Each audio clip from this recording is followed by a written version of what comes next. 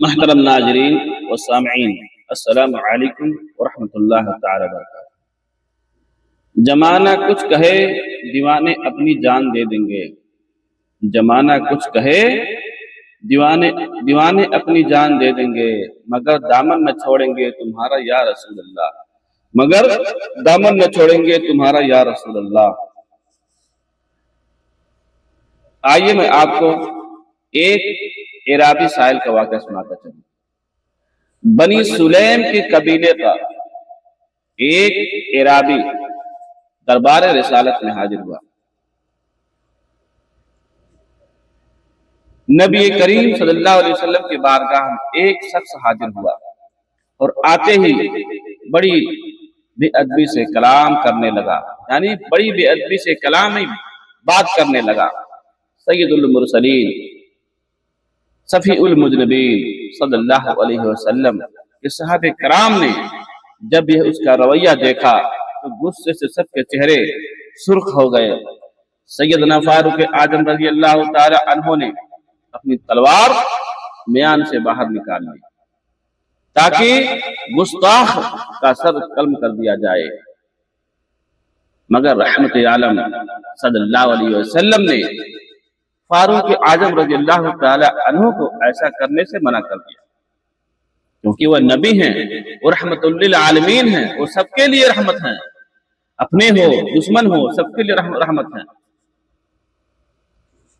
آپ کی اخلاق حسنہ کو ملاحظہ کر کے اس عرابی کے دل کی دنیا بدل گئی اور وہ تاجدار مدینہ صلی اللہ علیہ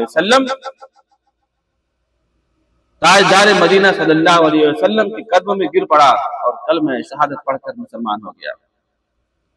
پھر عرض کی آقا مجھے بھی اپنے غلاموں میں شامل کر لیجئے۔ بعد وہ عرض کی یا رسول اللہ صلی اللہ علیہ وسلم، میں نہایت ہی مفلس اور فاقہ سے ہوں اور میرے اہل خانہ بھی فاقے سے ہیں، میری حاجت روائی فرمائی جائے۔ وہ عرابی کہہ رہا یا رسول اللہ صلی اللہ علیہ وسلم، میں بہت مسکین ہوں، میں بہت فقیر ہوں، میرے اہل خانہ بھی بھوکے سے بھوکے ہیں۔ تاجدار مدینہ صلی اللہ علیہ وسلم جب یہ بات سنتے ہیں اپنے غلاموں کی طرف مخاطب ہو کر فرمایا تم میں سے کون ہے جو اس سائل کو، جو اس عرابی کو اونٹ دے دے۔ یہ سن کر حضرت سعد بن عبادہ رضی اللہ تعالی عنہ کھڑے ہو گئے اور عرض کیا یا آقا میرے پاس ایک ہی اونٹنی ہے، میں اسے ابھی لائے دیتا ہوں۔ پھر سرور کائنات فخر موجودات صلی اللہ علیہ وسلم نے فرمایا تم میں سے کون ہے جو اس کے ننگے سر کو ڈھانپ دے؟ تو حضرت مولا مشکل کشا رضی اللہ تعالی عنہ اٹھے اور اپنے سر سے امامہ اتار کر اس کے سر پر رکھ دیا۔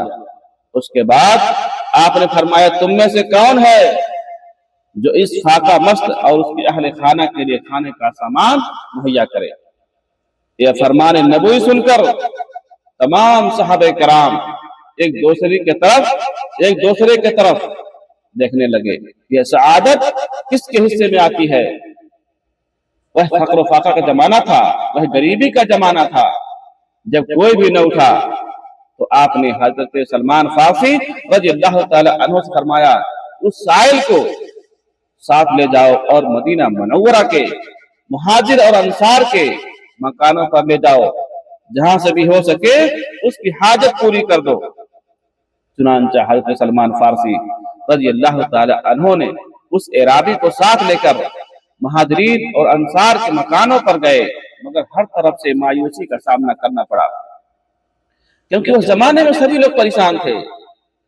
آخرکار انہوں نے سوچا کہ اس در اقدس پہ جانا چاہیے جہاں سے کبھی کوئی سوالی خالی نہیں لوٹا، اس در اقدس پہ جانا چاہیے جہاں سے کوئی بھوکا واپس نہیں آیا۔